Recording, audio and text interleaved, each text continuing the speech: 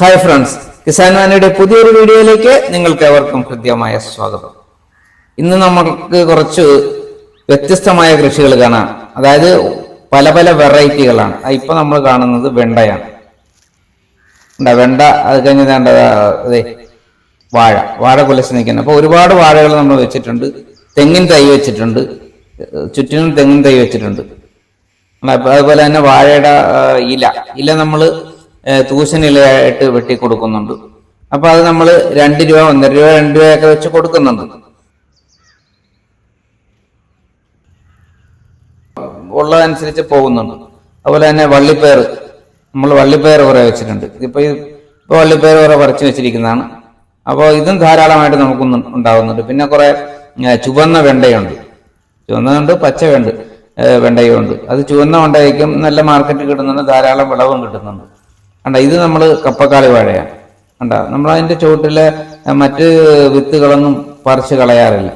ഇതിങ്ങനെ വളർന്ന് ഇങ്ങനെ കായ്ച്ചുകൊണ്ടേയിരിക്കും. ഒരു വർഷം ഈ ഒരു ചോട്ടിൽ നിന്ന് എങ്ങനെയായാലും നമുക്കൊരു 3-4 കിലോ കിട്ടും.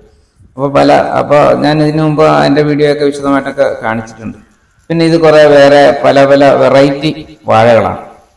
അത് നമുക്ക് പടറ്റിയുണ്ട്, കണ്ണനുണ്ട്, റോബസ്റ്റായുണ്ട്, അങ്ങനെ പല വിധത്തിലുള്ള വാഴകളാണ് നമ്മൾ വെച്ചിരിക്കുന്നത്. അപ്പൊ എല്ലാ സമയത്തും ഇങ്ങനെ കുല വന്നുകൊണ്ടേയിരിക്കും.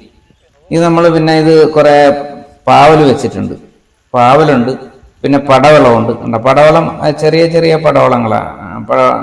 അതായത് നമുക്ക് ഒരു 300 ഗ്രാം 350 ഗ്രാം തൂക്കമൊക്കെ വരുന്ന പടവളമാണ്. അത് നമുക്ക് ചെറിയ ഒരു വീട്ടിലൊക്കെ നമുക്ക് ഒരു ദിവസം ഉപയോഗിക്കാൻ പറ്റിയ രീതിയിലുള്ള പടവലമാണ്. അത് ധാരാളം കായുണ്ടാകും. ചെറുതാണെങ്കിൽ കൂടുതൽ കായുണ്ടാകും എന്നുള്ളതാണ് അതിന്റെ പ്രത്യേകത. പിന്നെ ഇത് നമ്മൾ ഇപ്പൊ ഞാനിതിന് പിന്നെ മറ്റ് പ്ലാസ്റ്റിക് കവറൊന്നും ഇട്ട് മൂടിയിട്ടില്ല. അങ്ങനെ കവറിട്ട് മൂടുകയാണെന്നുണ്ടെങ്കിൽ കേടൊന്നും വരില്ല. ഇതിപ്പോ നമുക്ക് ചെറിയ ചെറിയ കേടുകളൊക്കെ വരുന്നുണ്ട്. പക്ഷെ അന്നേരം നമ്മൾ ഈ ഫിഷമിൻ ആസിഡ് ഉപയോഗിക്കുന്നതുകൊണ്ട് ഒരു പരിധിവരെയൊക്കെ അത് കൺട്രോൾ ചെയ്ത് പോകുന്നുണ്ട്. എന്നാലും ചെറിയ കേടുകളുണ്ട്. പിന്നെ ആവശ്യമായ ജലസേചനം കൊടുക്കുക എന്നുള്ളതാണ്. നമ്മൾ കൂടുതൽ തണുപ്പ് കൊടുക്കുക. ആവശ്യത്തിന് തണുപ്പ് കൊടുത്തു കഴിഞ്ഞാൽ ഒരു പരിധി വരെ കീടങ്ങൾ വരാൻ സാധ്യത കുറവാണ്. നമ്മുടെ പാവലൊക്കെ ധാരാളം പൂവായിട്ടൊക്കെയാണ് നിൽക്കുന്നത്. നല്ല ആരോഗ്യത്തോടു കൂടിയൊക്കെയാണ് നിൽക്കുന്നത്. പിന്നെ ചൂടിന്റെ ഒരു ചെറിയൊരു പ്രശ്നമുണ്ട്. അത് പൊതുവെ ഈ നമ്മൾ ജനുവരി, ഫെബ്രുവരി, മാർച്ച് മാസങ്ങളിലൊക്കെ അങ്ങനെ ഉണ്ടാകും. അപ്പൊ അതിനെ നമ്മൾ തരണം ചെയ്യാനായിട്ട് തണുപ്പും കൂടുതൽ കൊടുക്കുക എന്നുള്ളതാണ്. പിന്നെ എയറേഷൻ കൂടുതലുള്ള സ്ഥലത്ത് കൃഷി ചെയ്യുക. പാവലൊക്കെ നല്ല മായയാണ് വെച്ചേക്കുന്നത്. ഇത് മായ ഒരു 300 ഗ്രാം 350 ഗ്രാം ഒക്കെ ഒരു പാവയ്ക്ക തൂക്കം വരും. പടവളമൊക്കെ ധാരാളം കായ്കളാണ്, ചെറുതും വലുതായിട്ടുള്ള കായ്കളാണിത്.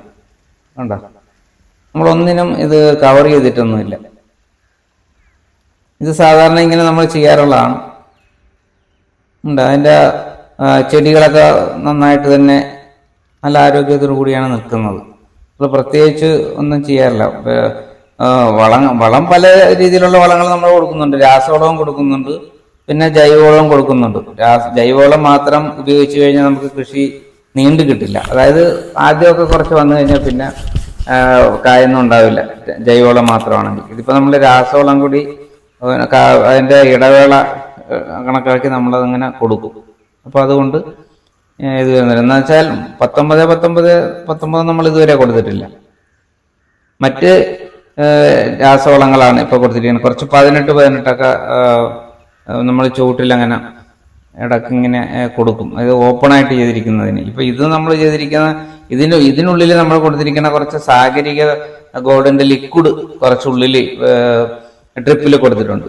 ഓപ്പണായിട്ട് കിടക്കുന്നതിന് മാത്രമേ നമുക്ക് 18 കൊടുക്കാൻ പറ്റുള്ളൂ. അത് വളരെ കുറച്ച് ചെടിയെ തൊടാതെ വല്ല ചകിരിച്ചോറിനകത്തോ അതിലോ മിക്സ് ചെയ്ത് കുറച്ച് ദൂരമായിട്ട് കൊടുക്കുകയാണെങ്കിൽ നന്നായിട്ട് അത് ചെടി വലിച്ചെടുത്തോളും.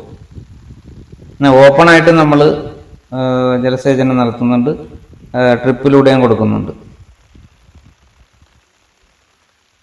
കായൊക്കെ ധാരാളമായിട്ട് കാണുന്നില്ലേ?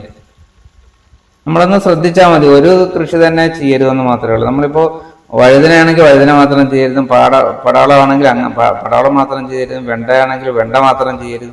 അപ്പൊ പല വിധത്തിലുള്ള ഒരു 3-4 വെറൈറ്റി എങ്കിലും വയ്ക്കുന്നത്. ഇപ്പൊ നമ്മൾ കുറെ കപ്പയൊക്കെ നട്ടിട്ടുണ്ട്.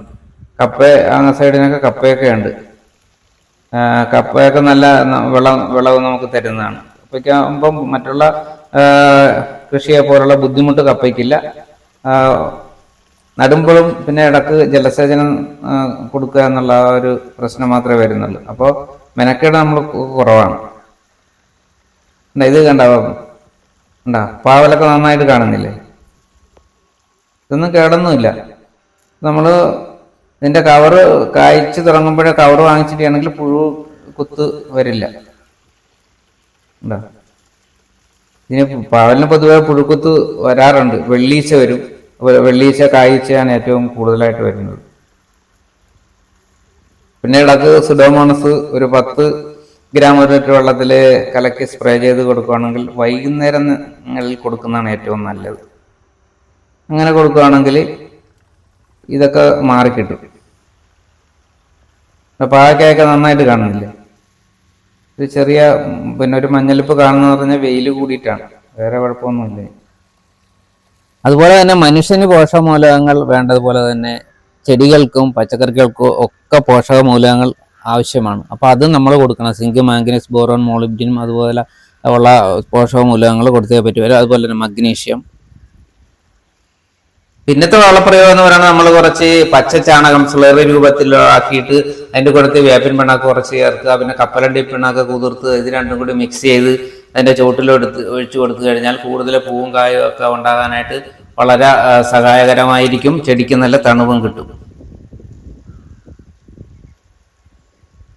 അപ്പോൾ ഇതൊക്കെയാണ് ഇന്നത്തെ വിശേഷങ്ങൾ. അപ്പോൾ വീഡിയോ ഇഷ്ടമായെങ്കിൽ തീർച്ചയായിട്ടും നിങ്ങൾ ലൈക്കും ഷെയറും കമന്റും ചെയ്യാൻ മറക്കരുത്. സബ്സ്ക്രൈബ് ചെയ്യാത്തവരാണെങ്കിൽ സബ്സ്ക്രൈബ് കൂടി ഒന്ന് ചെയ്തേക്കണം. മറ്റൊരു പുതിയ വിശേഷവുമായി വരുന്നവരെ വീണ്ടും കാണാം. Okay, bye bye, thank you.